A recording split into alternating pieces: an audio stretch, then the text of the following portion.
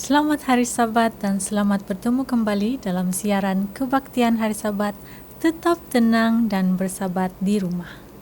Sebelum kita menyanyikan puji-pujian kepada Tuhan, saya ingin mengundang Anda semua untuk berdoa bersama saya. Mari kita berdoa. Bapa kami yang di syurga, terpujilah nama-Mu. Kami mengucap syukur atas berkat-Mu kepada kami sepanjang 6 hari yang lalu, sehingga pada Sabat ini Bapa, kami dapat berkumpul di rumah masing-masing atau dimanapun kami berada untuk berbakti dengan Bapa. Kiranya Engkau bersukacita dengan puji-pujian yang akan kami nyanyikan. Kami serahkan doa ini dalam nama Yesus. Amin. Saudara dan saudari, Tuhan telah menyelamatkan kita dari dosa dan kejahatan kita, karena hati Tuhan penuh dengan kasih yang suci dan luar biasa. Marilah kita meninggikan nama-Nya dan mengakui kesucian dan kekudusan-Nya di dalam hidup kita. Kita nyanyikan Suci, Suci, Suci, LPMI 3.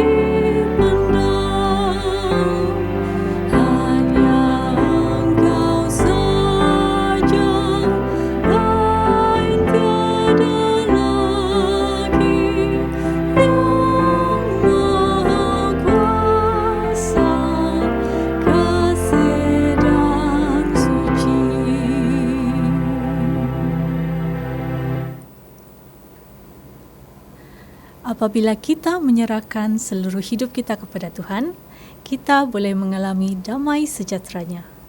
Duduklah dekat kaki Yesus dan dengarlah nasihat-nasihat penghiburan daripadanya. LPMI 74, duduk dekat kaki Yesus.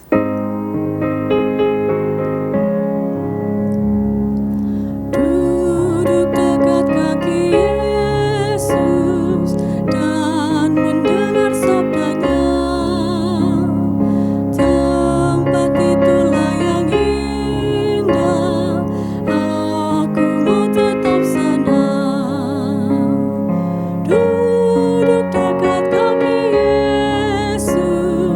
di sana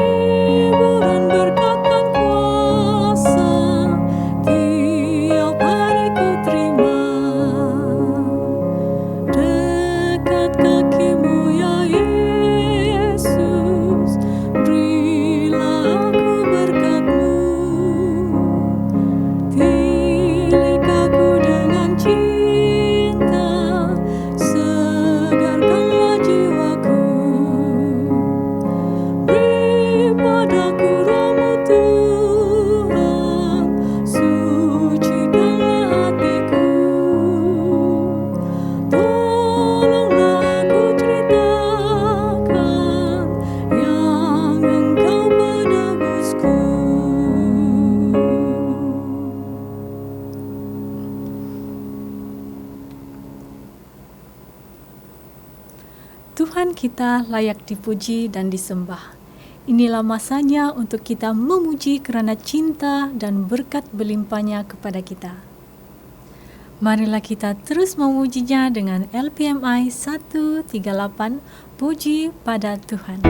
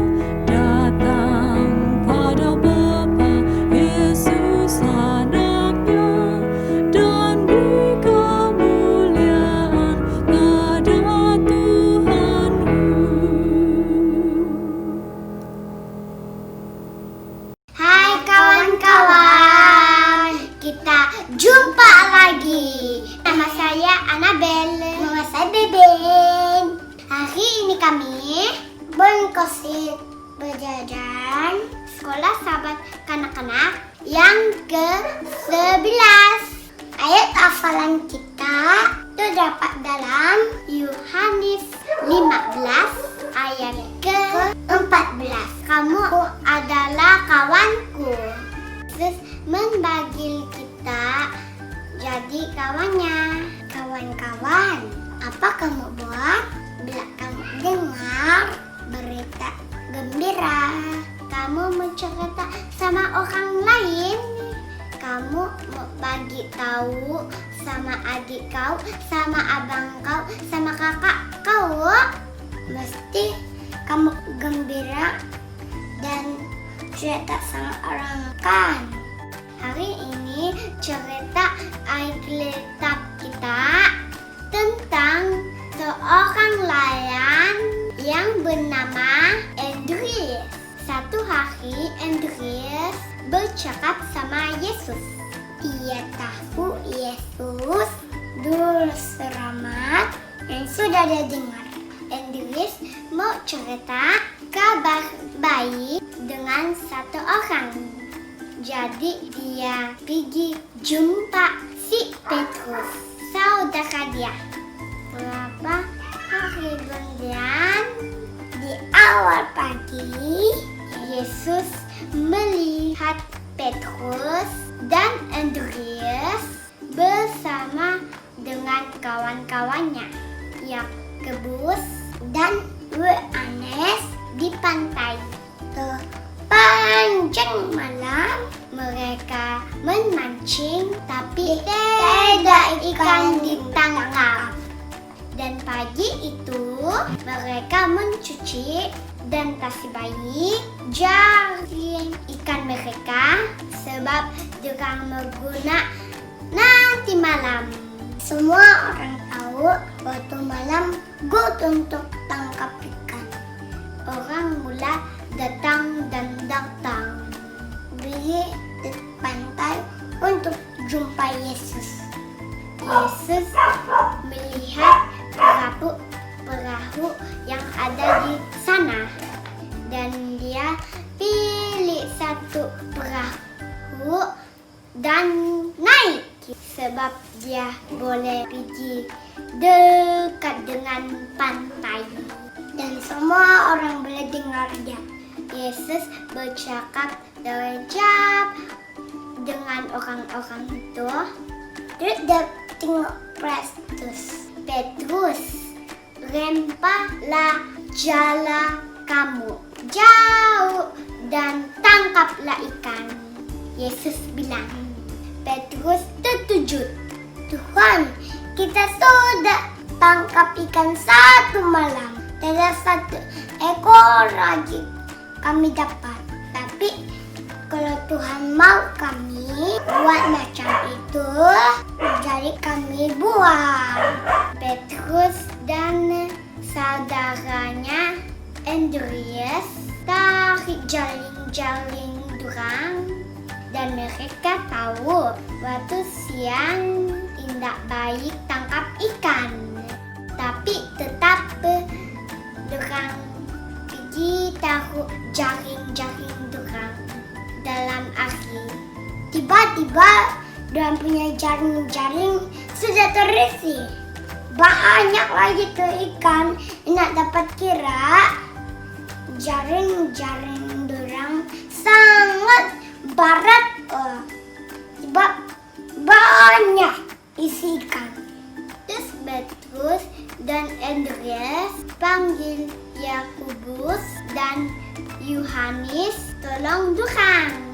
Yakobus dan Yohanes datang tolong dorang. Dorang terkejut banyak ikan. Waktu jala dan ikan dorang dalam perahu. Yesus tengok dorang empat-empat dan cakap, ikutlah aku. Dia cakap, dan kamu akan jadi penjala manusia. Penjala manusia. Kamu tahu gak apa maksud Yesus?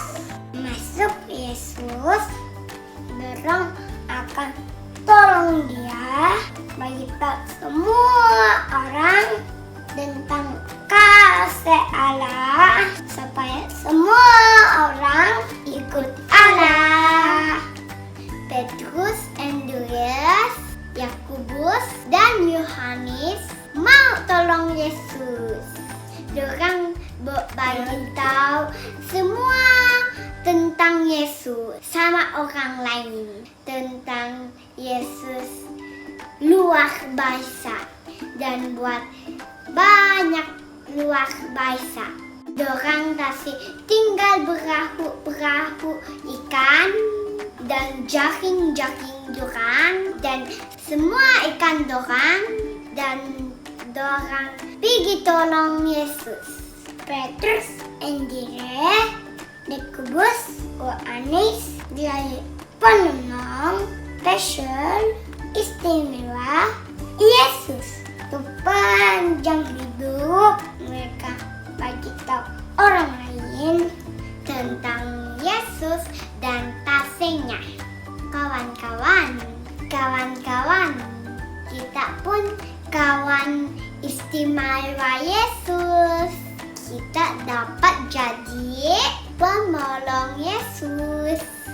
Sama macam murid-muridnya, kita boleh cerita sama orang lain tentang Yesus. Boleh kawan-kawan, mari cerita Yesus kepada semua orang gembira. Oke kawan-kawan, itu cerita kita pada hari ini. Happy Sabat. Bye.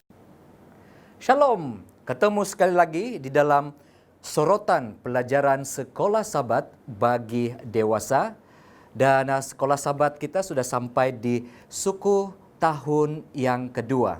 Dan bermula daripada bulan April dan berakhir pada bulan Jun 2020. Dan kita sudah tiba di pelajaran yang ke-11 bertajuk Alkitab dan Nubuatan. Dan sepanjang minggu ini kita akan mempelajari bagaimana perkaitan antara Alkitab dan Nubuatan. Sebelum kita teruskan, mari kita berdoa. Bapa Surgawi, Maha Besar, Maha Kasih, Maha Adil. Segala puji dan sembah hanya padamu ya Tuhan. Tidak ada Tuhan lain lagi yang layak disembah selain daripada Engkau ya Allah. Kami memohon kebesertaan-Mu kepada kami melalui Roh Kudus-Mu.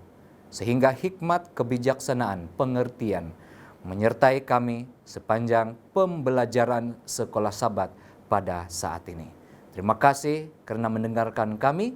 Kami serahkan masa yang seterusnya ini hanya dalam nama Kristus Yesus. Amin. Baiklah, mari kita lihat ayat kunci kita yang terdapat di dalam Daniel pasal yang ke-8 ayat yang ke-14. Daniel pasal yang ke-8 ayat 14. Maka ia menjawab, sampai lewat 2300 petang dan pagi, lalu tempat kudus itu akan dipulihkan dalam keadaan yang wajar. Ini merupakan salah satu teks Alkitab yang sangat penting berkaitan tentang nubuatan. Nah, saudara dan saudara sekalian, mari kita lihat realiti umum nubuatan. Apakah pandangan kita terhadap nubuatan? Apakah pandangan umum terhadap nubuatan ini? Nubuatan-nubuatan merupakan peristiwa-peristiwa yang akan benar-benar berlaku pada masa akan datang. Dengan kata yang lain, nubuatan adalah sejarah pada masa akan datang. Dan sepanjang minggu ini kita akan mempelajari bagaimana elemen nubuatan di dalam Alkitab mempengaruhi cara pemahaman dan pentafsiran kita terhadap Alkitab. Tidak kurang juga banyaknya orang yang membuatkan nubuatan-nubuatan dalam Alkitab sebagai sesuatu yang sensasi. Ya, ini kita tidak dapat elakkan karena banyak orang mempunyai pandangan yang berbeda-beda, mempunyai pentafsiran yang berbeda-beda terhadap nubuatan-nubuatan yang ada dalam Alkitab. Maka dengan itu saudara dan saudara sekalian, pada minggu ini, sepanjang minggu ini, mari kita lihat bagaimana kita melihat nubuatan itu yang sepatutnya. Perhatikan, Allah tidak dihadkan oleh masa. Kita boleh lihat dalam Mazmur pasal 90 ayat 4, 2 Petrus 3 ayat 8. Tuhan itu tidak terbatas masa lalu, masa sekarang, dan masa depan. Tuhan sebaliknya mengawal masa, mengawal sejarah seperti pelajaran Sekolah Sabat Dewasa minggu yang lepas, Alkitab dan Sejarah. Tuhan mengawal sejarah. Tuhan mempunyai ceritanya tersendiri. Namun Tuhan juga campur tangan di dalam sejarah manusia. Dan itu membuktikan bahwa Alkitab itu benar dan penemuan-penemuan yang ditemui oleh para sejarawan, para ahli fikir, membuktikan bahwa Alkitab itu adalah sahih. Oleh itu, hanya Tuhan yang mampu memberitahu kita peristiwa-peristiwa yang belum terjadi lagi. Dia telah melakukannya banyak kali melalui nubuatan-nubuatan dalam firman-Nya. Kegenapan nubuatan-nubuatan itu disahkan oleh sejarah. Jadi kita harus yakin bahwa nubuatan-nubuatan tentang masa depan akan digenapi atau dipenuhi juga. Jadi saudara-saudara sekalian, secara ringkasnya garis besar pelajaran sepanjang minggu ini memperlihatkan kepada kita menafsirkan nubuatan itu. Keperluan untuk menafsirkan nubuatan itu. Kemudian kita akan melihat garis masa nubuatan yang mana kita akan memperdalami apa itu prinsip tahun hari. Kemudian kita mengenal pasti lambang-lambang yang digunakan di dalam nubuatan. Dan pastinya kita ingin melihat puncak kepada peristiwa-peristiwa yang disebutkan dalam nubuatan. Dan akhir sekali kita akan melihat apa itu tipologi di dalam yang dijadikan sebagai nubuatan. Ya, saudara dan saudari sekalian, mari kita perhatikan pentafsiran nubuatan. Ramai orang telah menggunakan pelbagai cara mentafsir dan sementara mereka mempelajari kitab dan buku nubuatan Daniel dan juga Wahyu. Nah, ada sekurang-kurangnya ada 3 metodologi yang digunakan. Yang pertama, preterisme. Preterisme ini adalah beranggapan bahwa semua peristiwa itu telah terjadi. Kemudian yang kedua, futurisme. Futurisme ini merupakan semua peristiwa masih akan berlaku sebelum kedatangan kedua Yesus Kristus. Kemudian kita juga melihat metodologi yang ketiga, yaitu historisisme, di mana nubuatan-nubuatan akan digenapi dalam sejarah pada masa ini dan pada masa akan datang. Dan kebanyakan daripada fahaman Adventis menggunakan metodologi historisisme. Nah, jika kita mengikuti pentafsiran historisisme, kita akan melihat bagaimana Tuhan menubuatkan kerajaan yang silih berganti dari kerajaan Babel hingga ke kerajaan hari ini melalui Nabi Daniel. Kita boleh lihat itu di dalam Daniel pasal yang ke-7. Juga Daniel pasal yang kedua. Kemudian Daniel 8, Daniel 9, Daniel 10, 11, dan juga Daniel pasal ke-12. Wahyu pula memberikan butiran lanjut tentang peristiwa-peristiwa dari zaman Yohanes hingga akhir zaman. Ya, saudara dan saudari sekalian, selain daripada 3 metodologi ini, saya ingin juga memperkenalkan kepada kita bagaimana melihat nubuatan dalam Alkitab. Dikatakan pernah saudara dan saudara sekalian mendengar perkataan Latin sola scriptura atau tota scriptura? Daripada prinsip sola scriptura dan tota scriptura ini, maka kita harus juga menggunakan metodologi secara pandangan makro terhadap nubuatan-nubuatan yang ada dalam Alkitab, tidak kira daripada Daniel, begitu juga Wahyu dan juga kitab-kitab nubuatan yang lain. Dan begitu juga dengan kemahiran mentafsir Alkitab dari sudut pandang intertextuality dan intratextuality. Jadi intertextuality ini bermaksud teks-teks Alkitab contohnya daripada kitab Wahyu dibandingkan dengan kitab-kitab di Perjanjian yang Lama. Itu intertextuality. Manakala intratextuality, kita ambil satu contoh di mana Daniel 2 dibandingkan dengan apa yang dilaporkan, dicatatkan dalam Daniel pasal 7. Kita akan lihat itu sebentar lagi. Jadi, jika kita harus true to the word, atau kita harus jujur, kita harus benar kepada firman, maka kita harus juga memberikan ruang kepada Alkitab untuk menerangkan dirinya sendiri melalui metodologi yang saya baru sebutkan tadi, seperti pandangan makro, intertextuality, dan intratextuality, sesuai dengan saranan sola scriptura dan tota scriptura. Saudara dan saudara sekalian, beralih kepada garis masa nubuatan. Salah satu daripada prinsip yang harus kita fahami apalagi kalau kita menggunakan metodologi historisisme, ialah prinsip tahun hari. Ada beberapa ayat Alkitab yang menerangkan tentang prinsip tahun hari ini, yang menyatakan tentang prinsip tahun hari nubuatan ini. Salah satu contohnya terdapat pada Yehezkiel pasal 4 ayat yang ke-6. Saya mengambil sebahagian daripada ayat tersebut. Aku menentukan bagimu 1 hari untuk 1 tahun.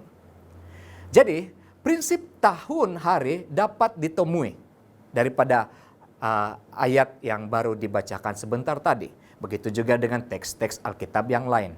Idenya ialah hari nubuatan adalah sama dengan tahun sebenar jika pensyaratan berikut dipenuhi. Yang pertama, jangka masa nubuatan mesti disebutkan di dalam suatu teks Alkitab dengan elemen perlembangan. Yang kedua, peristiwa itu harus bersesuaian dengan jangka masa yang lebih panjang daripada hari sebenar. Dan yang ketiga, ia tidak disebutkan dalam cara yang biasa-biasa. Nah, saudara dan saudari yang saya kasihi dalam Kristus Yesus dimanapun Anda berada saat ini. Masa nubuatan yang sering kali kita dengar daripada nubuatan-nubuatan Alkitab ada beberapa. 42 bulan, 1260 hari nubuatan, kemudian 3,5 tahun, 1 masa, 2 masa, setengah masa. Kita boleh lihat itu di dalam nubuatan secara ringkasnya, dan Anda sendiri boleh menelusurinya melalui pelajaran sekolah sahabat kita sepanjang minggu ini. Dan termasuklah nubuatan 2300 hari yang bersamaan dengan 2300 tahun sebenar. Sidang pendengar yang saya hormati dan saya kasihi. Di dalam garis masa nubuatan ini kita juga harus mengenal pasti simbol-simbol. Kita ambil contoh daripada Daniel 7 dan Daniel 8, di mana memperkenalkan kuasa politik yang silih berganti dengan simbol-simbol yang berbeza. Mari kita lihat sepintas lalu. Yang pertama kita melihat ada lambang seekor singa bersayap. Ini suatu gambaran yang luar biasa. Ini menggambarkan kepada kerajaan Babel. Kemudian binatang yang lain yang seterusnya, seekor beruang dan seekor kambing biri-biri jantan yang melambangkan kerajaan Medo Persia. Kemudian kita juga melihat satu lagi simbol yang luar biasa lagi. Seekor harimau bintang dan seekor kambing jantan yang melambangkan kerajaan Greece. Dan kemudian kita melihat satu lagi binatang yang tidak bernama, tetapi digambarkan sebagai suatu binatang yang dahsyat, yang mengerikan, dan mempunyai sebuah tanduk yang menggambarkan kerajaan Roma. Daniel 7 menyatakan pembahagian pada binatang yang keempat ini kepada 10 kerajaan dan kemunculan tanduk kecil yang istimewa itu. Nah, melihatkan daripada gambaran tanduk kecil yang istimewa ini, kita melihat daripada 10 tanduk yang lain, 10 kerajaan itu. 3 kerajaan jatuh di hadapan tanduk kecil ini. Kemudian tanduk kecil ini berbicara menentang yang maha tinggi. Kemudian ia menganiaya umat kudus selama 1260 tahun dan ia coba mengubah waktu dan undang-undang. Ini menyatakan bahwa tanduk kecil ini merupakan satu kuasa politik dan keagamaan daripada kerajaan Roma. Dan kita boleh perhatikan itu daripada bukti sejarah itu sendiri, daripada sejarah dunia itu sendiri. Saudara dan saudara sekalian, kita melihat nubuatan ini bukan setakat garis masa seperti yang dinyatakan tadi 42 bulan, 1260 hari, 2300 hari. Kita bukan melihat jangka masa saja. Kita bukan melihat lambang-lambang saja, tetapi yang yang kita rindukan daripada nubuatan-nubuatan ini ialah pengakhir kepada peristiwa-peristiwa yang disebutkan dalam nubuatan.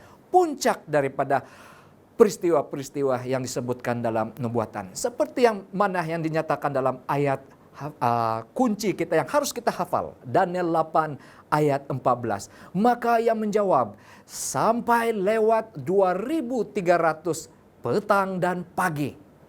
Lalu tempat kudus itu akan dipulihkan dalam keadaan yang wajar. Saudara dan saudari yang saya kasih dalam Kristus Yesus. Apabila kita mengambil kira metodologi intertextuality, kita boleh melihat apa yang digambarkan dalam Daniel 8 ayat 14 juga semirip berlaku di Ka'bah suci, di bait suci, sama ada pada zaman Musa maupun zaman Salomo. Satu hari pendamaian sedang berlaku di dalam Daniel 8 ayat 14 ini. Walau bagaimanapun, di dalam Daniel 8 ayat 14 ini mempunyai elemen nubuatan. Peristiwa-peristiwa bersejarah dalam Daniel pasal 7 hingga pasal 12 menuju kepada kemuncaknya, menuju kepada pengakhiran, yaitu penghakiman dan kerajaan itu diberikan kepada umat kudus. Kemudian pada Daniel 7 ayat 11 menjelaskan bahwa penghakiman bermula ketika tanduk kecil itu masih aktif, masih giat. Manakala di dalam Daniel pasal 8 ayat 14 dan Daniel pasal 9 ayat 24 menunjukkan permulaannya penyucian tempat kudus surgawi. Yaitu kita dapat lihat di sana 2300 tahun selepas tahun 457 sebelum Masehi hingga tahun 1844 selepas Masehi ataupun tahun Masehi. Saudara dan saudari yang saya kasihi dalam Kristus Yesus. Akhirnya ini berita baik daripada nubuatan. Dan ini yang sepatutnya menjadi tumpuan kita, menjadi sukacita kita sebagai umat-umat Tuhan. Akhirnya dalam Daniel pasal 12 ayat 1 hingga ayat 3 memberitahu apa yang akan terjadi apabila penghakiman berakhir. Setelah beberapa waktu kesukaran, Yesus akan datang kembali memberikan kita kehidupan yang kekal. Wah, sungguh indah pengharapan ini. Maka dengan itu saudara dan saudari yang saya kasihi dalam Kristus Yesus, kita lihat tumpuan nubuatan ini adalah Yesus Kristus. Seperti yang dinyatakan tadi, itulah kerinduan saudara dan saudari bersama dengan saya. Menantikan kedatangan Kristus Yesus kedua kali, memberikan kita kehidupan yang kekal, membawa kita kembali ke rumah yang kekal. Dan Yesus ini dilihat di dalam sudut pandang tipologi sebagai nubuatan. Nah, saudara dan saudara sekalian, salah satu daripada type ataupun bayangan ataupun lambang yang digunakan Alkitab berkenaan dengan Yesus Kristus adalah domba. Dan domba ini pada perjanjian yang lama dilihat sebagai satu binatang yang digunakan di dalam korban. Dan domba ini menjadi type atau bayangan kepada Yesus Kristus yang akan menggenapi type ini, yaitu lambang ini, domba. Yesus adalah anti-type.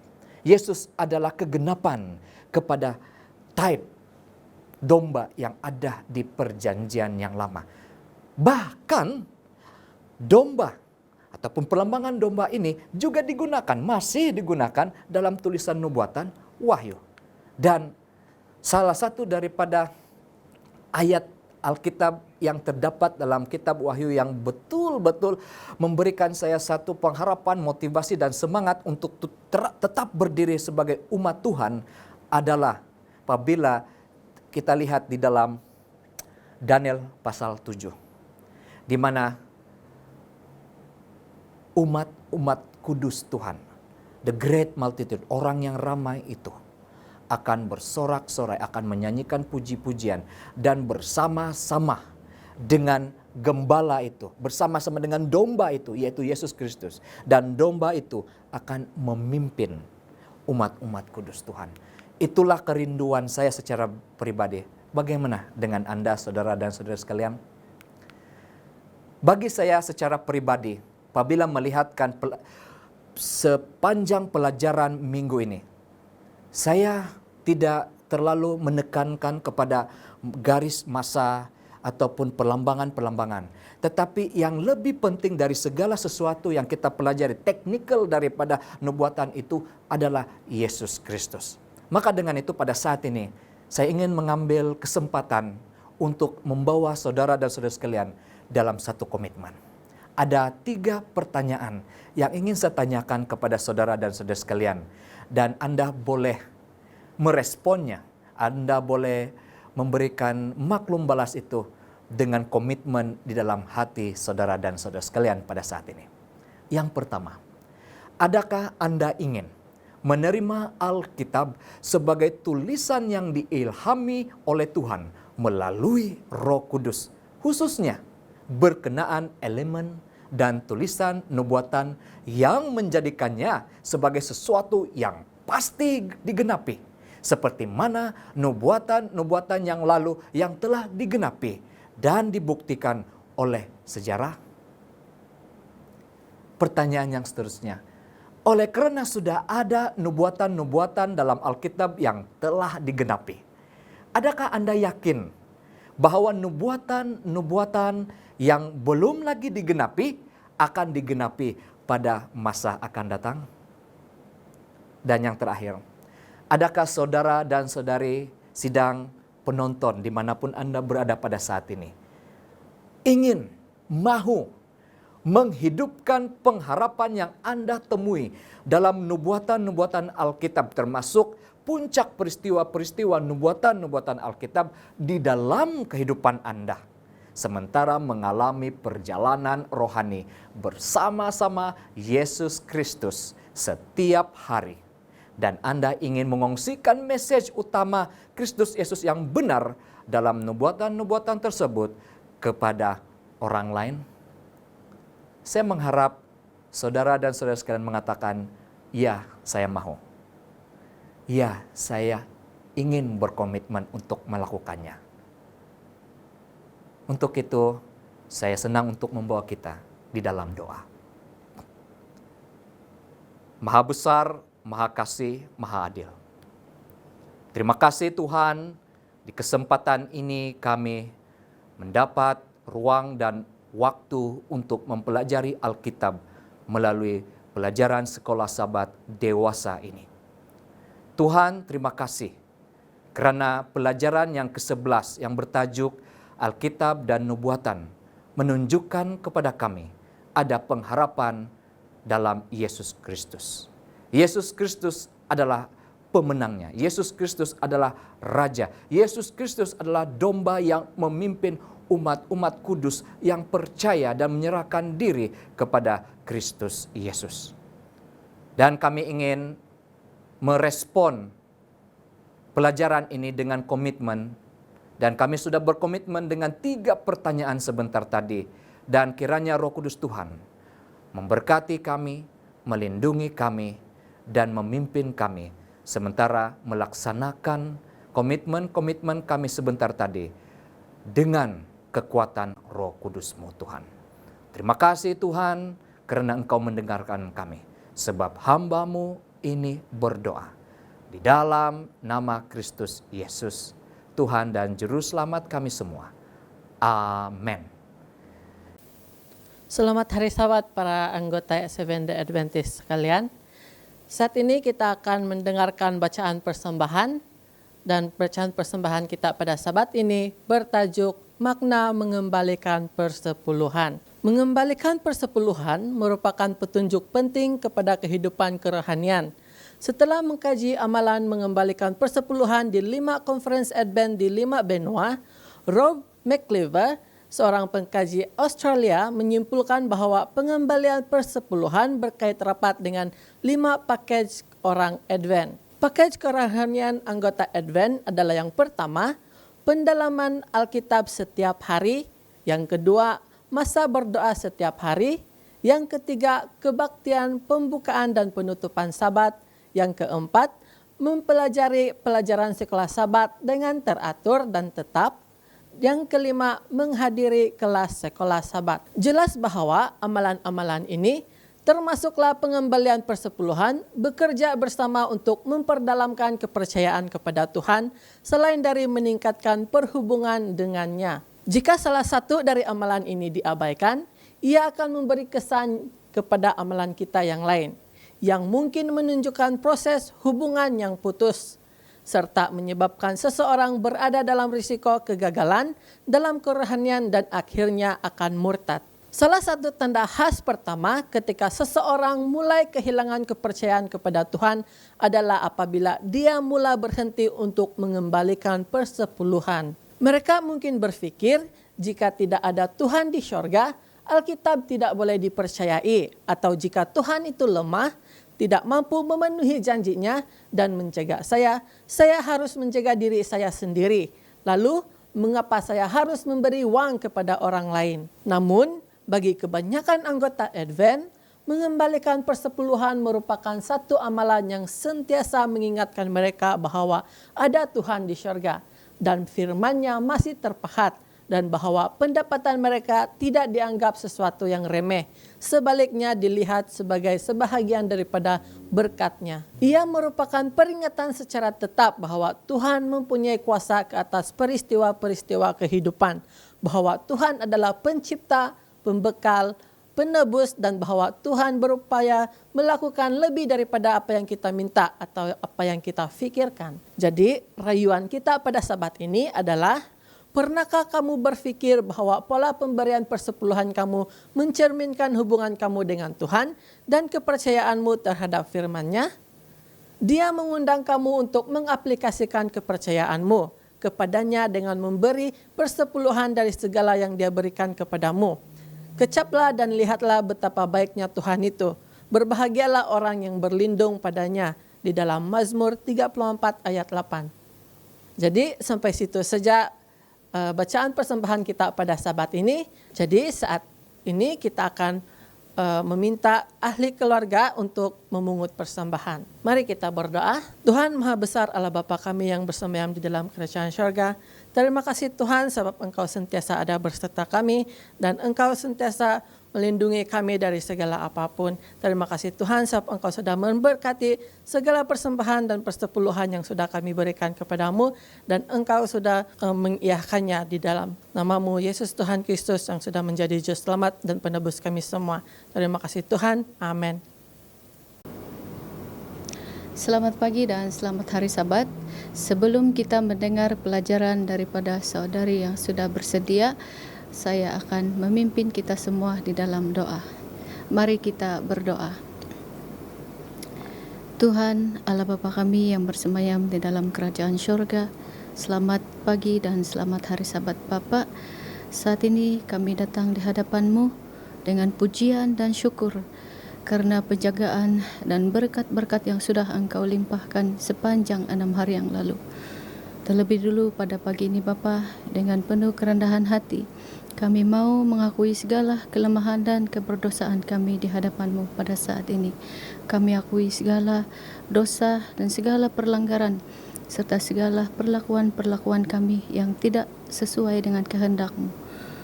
Ampuni kami, kasihani kami ya Bapa, sehingga pada pagi ini kami layak berada di hadapan-Mu dan layak disebut sebagai anak-anak-Mu. Pada pagi Sabat yang indah ini ya Bapa, kami berdoa kiranya Engkau mengurapi kami dengan Roh Kudus-Mu. Urapi kami masing-masing dengan Roh Kudus-Mu, agar kami dapat mendengar dengan penuh pengertian dan pemahaman sesuai dengan kehendak-Mu. Kami juga berdoa khas buat para wanita di seluruh dunia, khasnya di Sabah.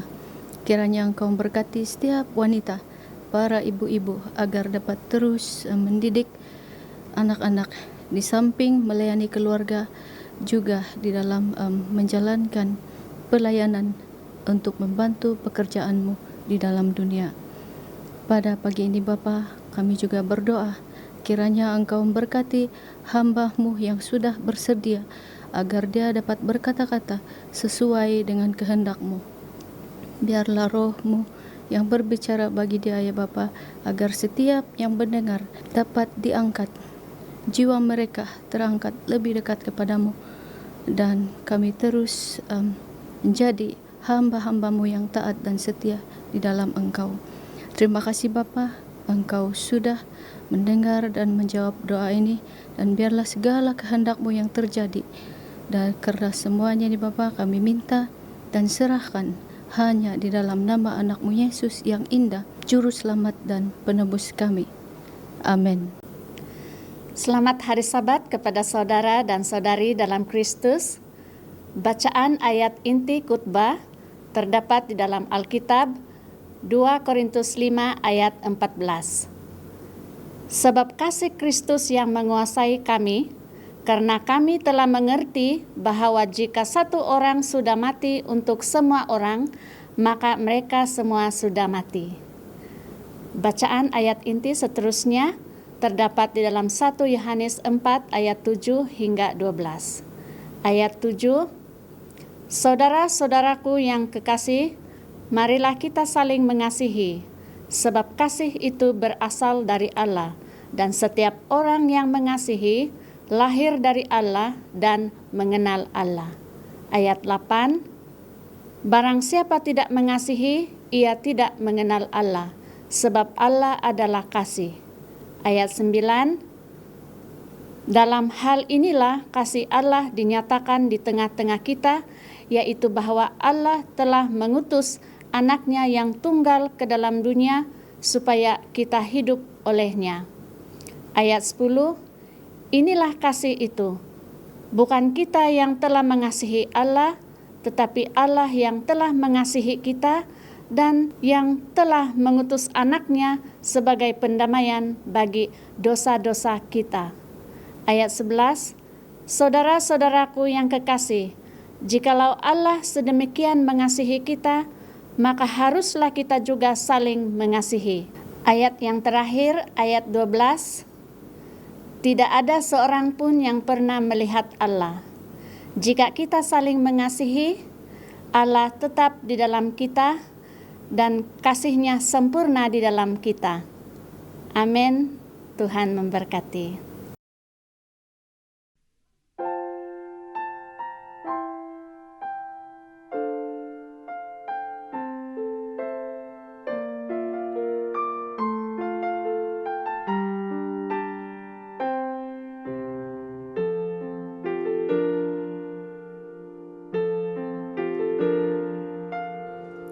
Banyak perkara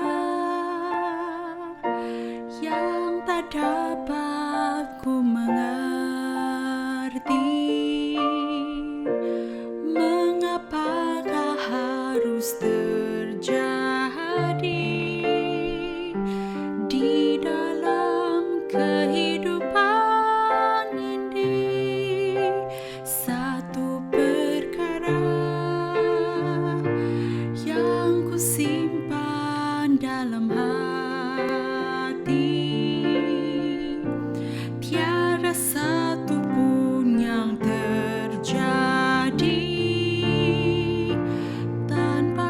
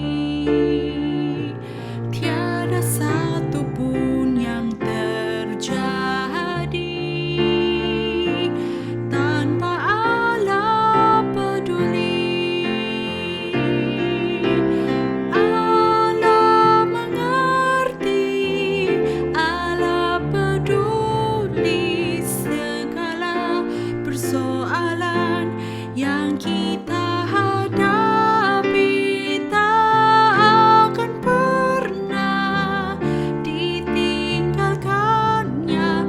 Ku bergumul sendiri sebab Allah mengerti.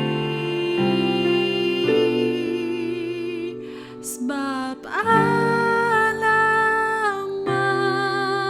mengerti.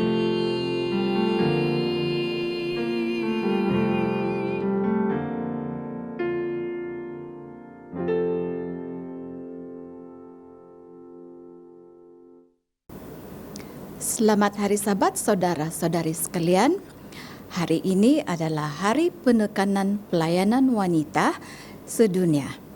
Dan untuk itu saya akan mengongsikan sebuah khutbah yang telah ditulis oleh Puan Heather Dawn Small. Beliau merupakan pengarah pelayanan wanita General Conference. Dia telah menulis sebuah khutbah yang bertajuk Kasih Ajaib Kristus Menguasaiku. Untuk mengongsikan mesej ini, saya akan bertanyakan beberapa soalan kepada anda. Yang pertama, bagaimanakah mengenali Kristus memberikan perbezaan dalam hidup anda? Yang kedua, adakah anda lebih berbeza tahun ini dibandingkan dengan tahun lalu? Adakah kasih Kristus untuk anda telah mengubah anda? Sekiranya saya bertanyakan kepada mereka yang rapat dengan anda, keluarga anda, apakah yang akan mereka katakan? Ini adalah soalan-soalan yang kurang selesa, tetapi ini merupakan soalan-soalan yang perlu kita jawab. Oleh itu saya akan mengulangi soalan-soalan yang tadi sekali lagi. Bagaimanakah mengenali Kristus telah memberikan perbezaan dalam hidup anda? Kedua, adakah anda lebih berbeza pada tahun ini dibandingkan dengan tahun yang lalu? Ketiga, adakah kasih Kristus untuk anda telah mengubah anda? Sekiranya saya bertanyakan kepada mereka yang rapat dengan anda, keluarga anda, apakah yang akan mereka katakan? Dalam 2 Korintus 5 ayat 14. Sebab kasih Kristus yang menguasai kami, kerana kami telah mengerti bahawa jika satu orang sudah mati untuk semua orang, maka mereka semua sudah mati. Jika kita lihat dalam ayat ini, perkataan menguasai. Dan jika kita lihat versi-versi terjemahan Alkitab, perkataan menguasai mempunyai maksud yang berbeza-beza. Mari kita lihat beberapa versi terjemahan Alkitab. Yang pertama terdapat di dalam New King James Version. Perkataan menguasai di sini diterjemahkan sebagai mendorong. Kedua, dalam English Standard Version, perkataan menguasai diterjemahkan sebagai mengawal.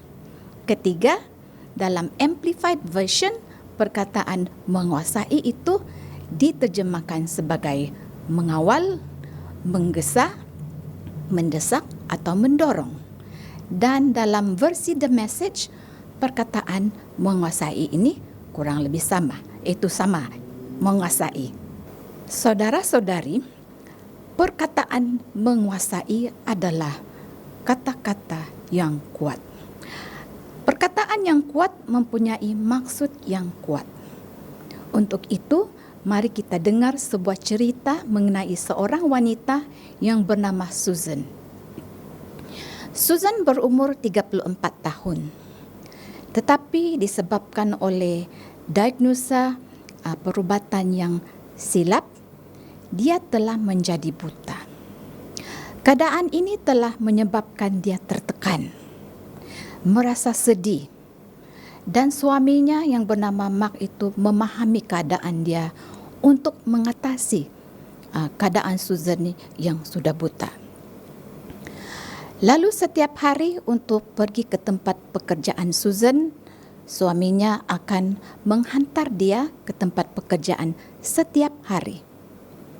Setelah beberapa lama, suaminya itu memberitahu Susan bahwa dia perlu belajar untuk pergi bekerja sendirian.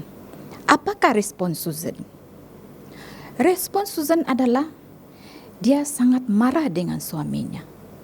Dia berkata, "Saya ini buta. Bagaimana saya boleh bergerak ke tempat pekerjaan saya?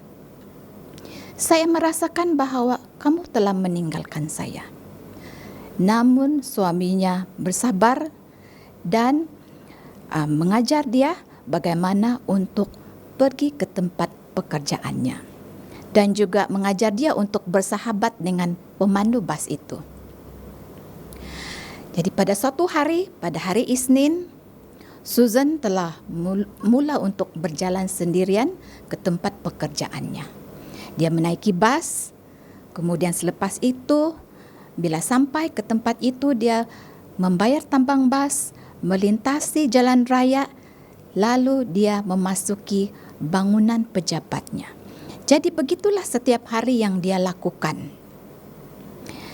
Pada suatu hari, pemandu bas itu berkata kepada Susan, "Saya cemburu dengan kamu." Susan pun hairan. Kenapa pemandu bas ini cemburu dengannya sedangkan dia seorang wanita yang buta? Kemudian pemandu bas itu berkata, "Sangat baik sekiranya kamu dijaga dan diawasi selalu, bukan? Apakah maksud kamu?" kata Susan. Kemudian pemandu bas itu berkata, "Kamu tahu tak, setiap hari ada seorang pemuda tampan yang berdiri di seberang jalan dan memerhatikan kamu turun dari bas, melintasi jalan dan kemudian memasuki bangunan. Selepas itu, dia memberikan ciuman terbang dan berlalu dari tempat itu." Susan merasa sangat gembira kerana dia tahu bahwa pemuda yang dimaksudkan itu adalah suaminya sendiri. Dan air mata yang gembira mengalir di pipinya. Dia merasakan bahwa hadiah kasih daripada suaminya adalah hadiah yang terbesar berbanding dengan penglihatannya yang sudah hilang. Dia merasa beruntung kerana kasih suaminya itu. Kasih jenis apakah yang membuatkan seorang lelaki menjaga istrinya sehingga sedemikian rupa? Bolehkah anda meneka? Ya, hanya kasih Tuhan. Sebentar tadi kita telah mendengar mengenai cerita di mana Susan amat dikasihi oleh suaminya sehingga suaminya selalu memerhatikan dia semasa ke tempat pekerjaannya. Ini merupakan kasih antara manusia dengan manusia. Namun demikian, kasih Tuhan kepada kita adalah jauh lebih besar dan lebih luar biasa berbanding dengan kasih seorang suami terhadap istrinya.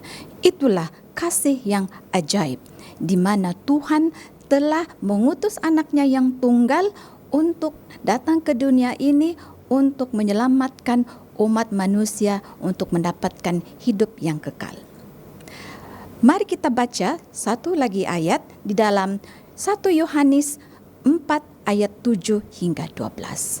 Saya bacakan, "Saudara-saudaraku yang kekasih, marilah kita saling mengasihi sebab kasih itu berasal dari Allah. Dan setiap orang yang mengasihi lahir dari Allah dan mengenal Allah.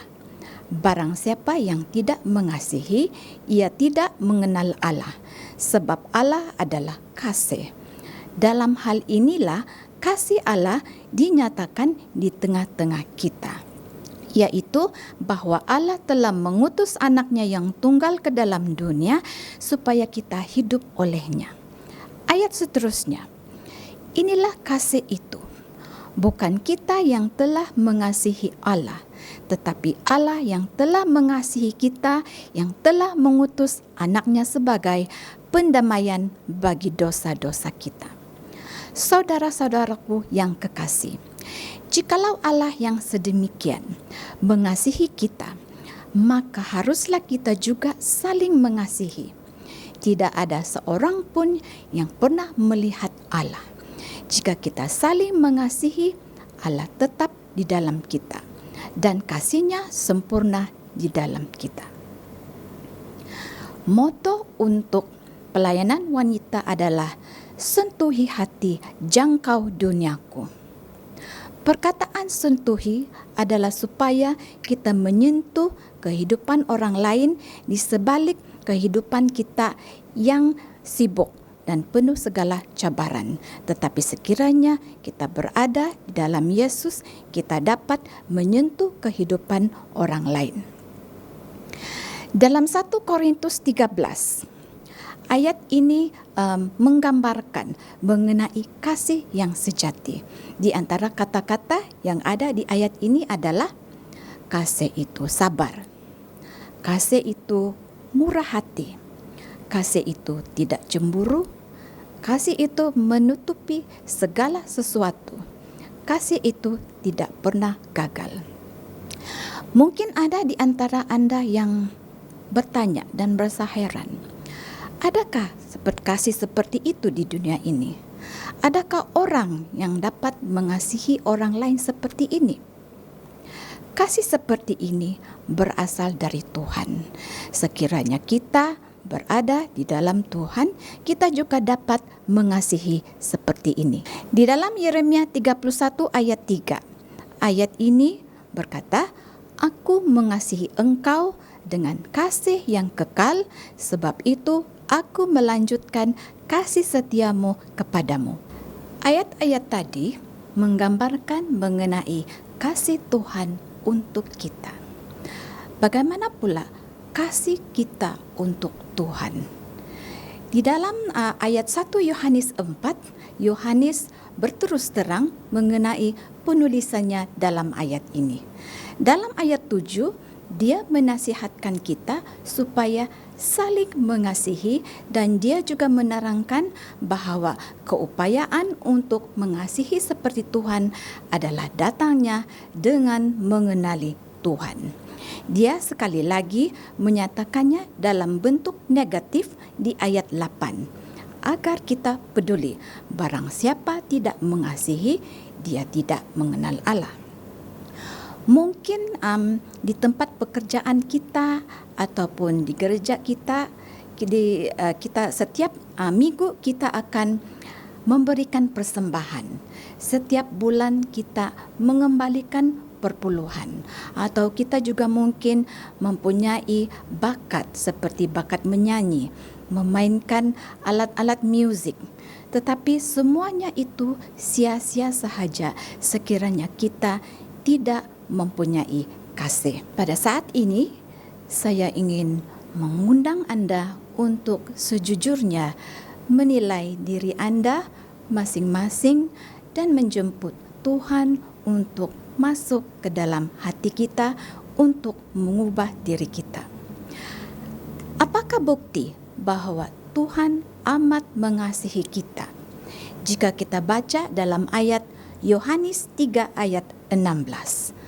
Karena begitu besar kasih Allah akan dunia ini, sehingga dia telah mengurniakan anaknya yang tunggal, supaya setiap orang yang percaya padanya tidak binasa, melainkan beroleh kehidupan yang kekal. Bagaimana pula kasih kita untuk orang lain? Adakah Anda mempunyai buah-buahan kegemaran? Apakah buah kegemaran Anda?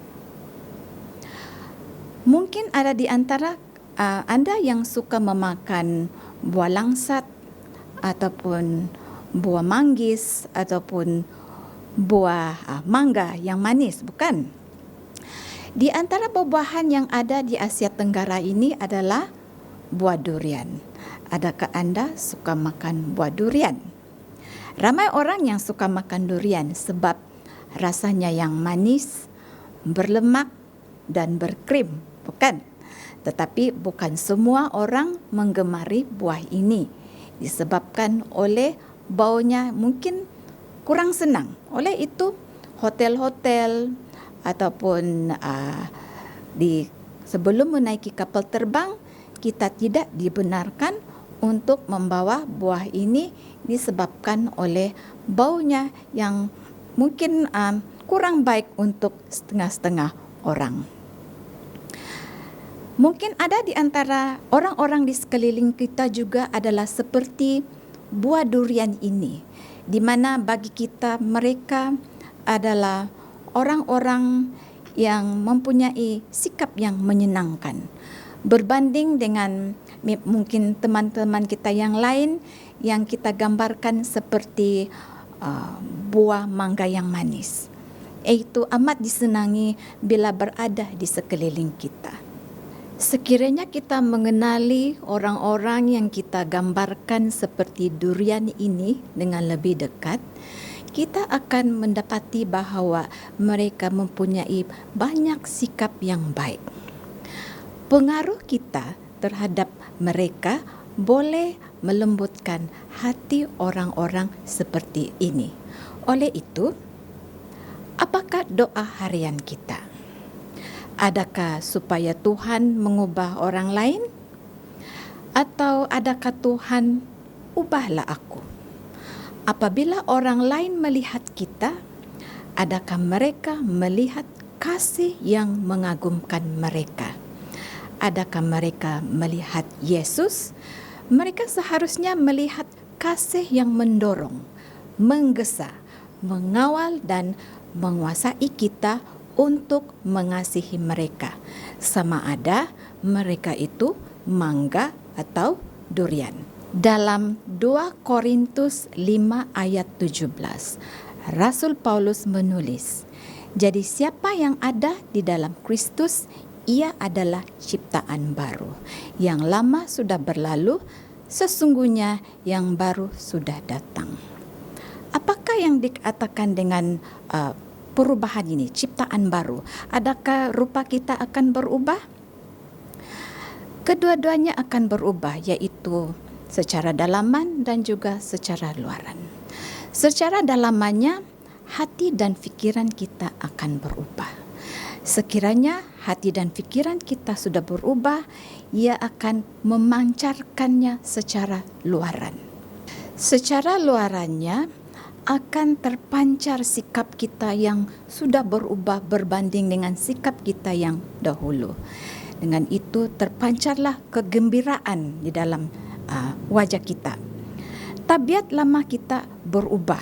Contohnya seorang istri atau seorang ibu yang dahulunya cerewet, suka memperbesarkan perkara-perkara yang kecil, suka mengkritik, cepat marah dan sebagainya, sekarang sudah berubah. Yaitu tabiat-tabiat lama sudah berlalu digantikan dengan tabiat yang baru. Namun demikian adalah tidak mencukupi sekiranya kita hanya menerima kasih Tuhan, tetapi kita tidak mengongsikannya kepada orang lain. Di dalam tulisan Ellen White, Our High Calling, muka surat 175, dia berkata bahawa tugas kita adalah untuk hidup dalam suasana kasih Kristus, untuk menghayati kasihnya dengan mendalam dan untuk memantulkan kehangatannya di sekeliling kita. Oh, sesungguhnya satu pengaruh yang terbuka di hadapan kita. Dengan berhati-hati, kita harus mengusahakan taman untuk jiwa, supaya ia akan hanya mengeluarkan bunga-bunga yang suci, manis dan harum. Kata-kata kasih, lemah lembut dan kasih ihsan memberikan pengaruh yang baik kepada orang lain. Dalam 1 Yohanes 4 ayat 10 hingga 12. Inilah kasih itu, bukan kita yang telah mengasihi Allah, tetapi Allah yang telah mengasihi kita dan yang telah mengutus anaknya sebagai pendamaian bagi dosa-dosa kita. Saudara-saudaraku yang kekasih, jikalau Allah yang sedemikian mengasihi kita, maka haruslah kita juga saling mengasihi. Tidak ada seorang pun yang pernah melihat Allah. Jika kita saling mengasihi, Allah tetap di dalam kita dan kasih-Nya sempurna di dalam kita. Rayuan untuk kita semua, Tuhan telah memanggil kita untuk diselamatkan melalui anak-Nya Yesus Kristus. Dia memanggil kita untuk menyerahkan kehidupan kita kepada-Nya supaya Dia boleh berada di dalam kehidupan kita. Dia memanggil kita untuk meluangkan masa bersama Dia setiap hari dan menerima Roh Kudus dan hadiah-hadiah yang Dia bawakan. Kasih Tuhan menguasai, mengawal, menggesa dan mendorong kita. Kasih-Nya menguasai ataupun mendorong kita untuk berubah, dan kita perlu untuk berubah menjadi makhluk yang baru. Dia memanggil kita untuk bersatu dengan Dia dan gereja-Nya, sementara kita mencapai mereka yang kita temui, mereka yang memerlukan sentuhan kasih Tuhan dalam kehidupan mereka. Sempena Hari Penekanan Pelayanan Wanita tahun ini, satu seruan untuk para wanita adalah Tuhan memerlukan para wanita yang menyerah sepenuhnya kepada-Nya setiap hari. Wanita-wanita yang mengasihi Dia dan bersedia untuk memberikan kehidupan mereka sebagai pujian kepada Tuhan. Wanita-wanita yang meletakkan Tuhan sebagai yang pertama dalam kehidupan mereka, dan itu bermakna sebelum suami, anak-anak, keluarga, kawan-kawan, pekerjaan, dan kesemuanya hanyalah untuk Tuhan dan Tuhan yang pertama. Wanita-wanita yang mempelajari firman Tuhan dan dipimpin oleh Roh Kudus, dan wanita-wanita yang bersedia untuk melayani orang lain. Sampai di sini sahajalah pelajaran untuk Hari Penekanan Pelayanan Wanita untuk tahun ini. Terima kasih di atas perhatian Anda. Tuhan memberkati. Shalom, selamat pagi dan selamat hari Sabat kepada kita semua. Syukur dan terima kasih. Tentunya kita gembira sebab sudah mendengar firman yang sudah disampaikan tadi. Terima kasih kepada Puan Suzan Atin atas pelajaran khotbah. Bagi mengakhiri ibadah kita pada pagi ini, mari kita berdoa. Oh Tuhan, Allah Bapa kami dalam kerajaan syurga, terpujilah Engkau ya Tuhan di atas segala kebaikan-Mu dan kemurahan-Mu kepada setiap kami di pagi Sabat yang indah ini. Syukur dan terima kasih. Kami sudah selesai mendengar khotbah yang sudah disampaikan oleh hamba-Mu sebentar tadi. Kiranya Tuhan Kau berkati apa yang sudah kami dengar bersama, supaya menjadi sumber inspirasi dalam kehidupan kami, memperbaharui hubungan kami dengan Tuhan, memperbaharui iman kami dengan Tuhan, serta memperbaharui hubungan kami sesama manusia di dunia ini. Tuhan, pada Sabat ini, kiranya kami berdoa berkat istimewa Engkau curahkan kepada setiap kami, setiap wanita-wanita dan keluarga kami masing-masing di Sabah, dan kepada semua anggota gereja di mana saja berada di seluruh dunia. Tuhan Allah Bapa, terima kasih. Hari ini kami berdoa agar Tuhan terus memimpin kehidupan kami pada minggu yang baru yang akan kami hadapi, supaya kami terus berjalan dengan Tuhan dan setia sehingga kedatangan Tuhan yang kedua kali. Terima kasih. Inilah doa kami persembahkan di dalam nama Yesus. Kami sudah berdoa. Amin.